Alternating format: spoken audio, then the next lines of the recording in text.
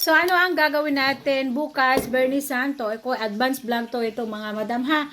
Okay, ang gagawin po ninyo, bawal po kayong magkalimbang sa inyong mga bell. So bawal yan, bawal mag-music, bawal mag-karaoke. And number 1 din at hindi din good.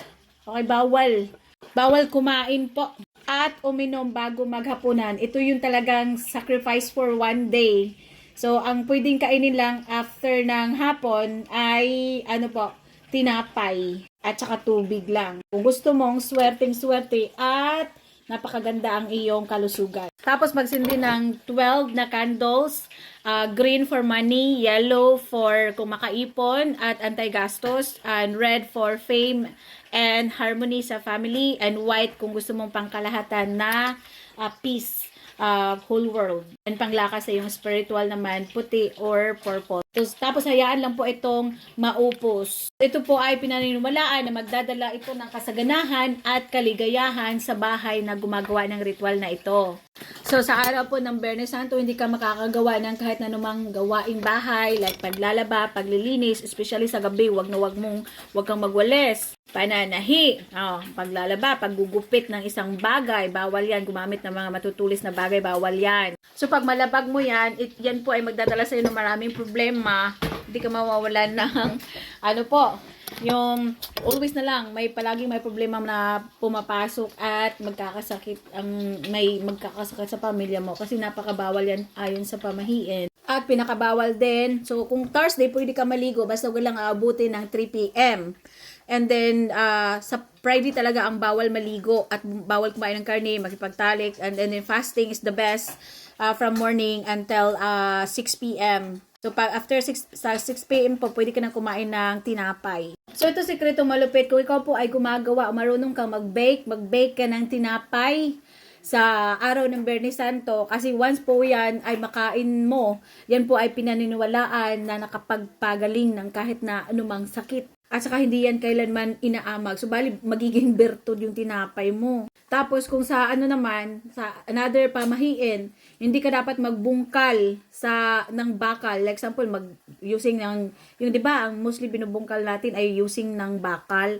So, bawal ka din magbungkal sa lupa using bakal kung ayaw mong malasin. So, kung sino mang gagawa niyan magbungkal ng lupa ay malalagay po sa alanganin. So, ito po ay pinakabawal, okay? So, kung ikaw po ay maglalaba, tapos wala ka naman dryer, so bawal talaga maglaba sa Biyernes Santo, okay? Kung ikaw ay maglalaba, tapos ihang mo yan sa labas, hindi ka naniniwala, try mo po, di ba? May mga mansa na hindi po matatanggal, especially kung ikaw talaga ang paanuhan, kung makasalanan ka, di ka naniniwala, tignan mo po, di ba? May mga mansa ng yung pulang dugo sa damit na inano mo, hinahang mo sa labas para painitan sa init na araw. Pinakasikat na bertod kung titiisin mo, okay?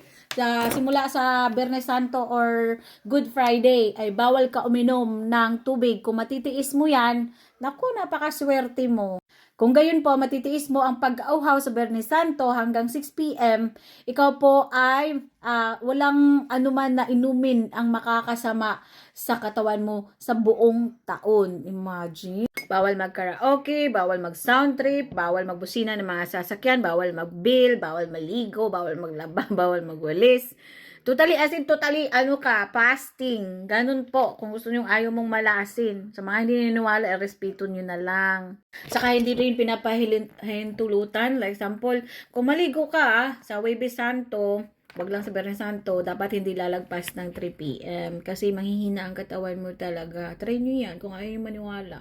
Tapos magdadala din yan ng malas kung naliligo ka lagpas ng 3 PM. So tuwing Biyernes Santo din, bawal kumain ng karne, any karne at pagsisiping. Bawal yan. Okay, mag-isda ka na lang at bilo-bilo. Kung kaya mong magtiis, huwag kang kumain from morning until 6 PM. Kahit uminom ng tubig, kung kaya mong magtiis talaga, naku, swerte ang abutin mo at hindi ka magkakasakit. Tsaka kahit anumang inumin, ay walang makakasama sa'yo. Inumin for whole 1 year. Ito ang mga ritual na kung ayaw mong magkakasakit ka bigla, mga sakit-sakit sa karamdaman, yan po ang pag hindi sumusunod sa mga pamahiin sa matatanda. Tapos ang 3 PM din, tinuturing niya na pinakamahina na oras. So bawal kang tumitig ng matagal sa salamin. Tsaka 12 noon talaga, bawal kang lumabas at magbiyahe. Kasi mostly yan ang mga oras. At tsaka 12 noon, 3 p.m., yan ang mga oras talaga na maraming disgrasya sa daan. Kasi ano yan, mahina ang oras sa human world, malakas ang spiritual world. Tsaka yung mga, magtawag ka ng mga espiritu, like Bloody Mary stand, yung mga spirit of the gods, bawal yan sa Semana Santa. Yung iba, after, pag sapit ng 3 p.m. sa Biyernes Santo, tinatakpan nila yung salamin para maiwasan yung iba na tumingin sa salamin. At kung naniniwala ka sa pamahiin, kung gusto mong maging healthy, hindi kailangan maging vegetarian, try nyo po ang No Meat Friday. Iyan. Isa yan sa pamahiin na nagpapalakas ng ating katawan.